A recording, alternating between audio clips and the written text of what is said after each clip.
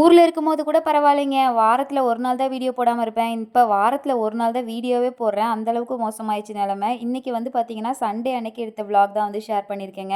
தம்பிய போய் பார்க்ல விளையாட வச்சுட்டு வெளிய வரும்போது ஃப்ரூட்ஸ் வித்துட்டு இருந்தாங்க. ஃப்ரூட்ஸ வாங்கிட்டு கையோட மதியத்துக்கு தேவையான காளானும் வாங்கிட்டு வந்துட்டோம். காளான் குழம்பு வச்சு நல்லா காரசாரமா சாப்பிட்டு ரொம்ப நாள் ஆச்சு இல்லையா? அதனால காளான் குழம்பு வாங்கிட்டு வந்தாச்சு.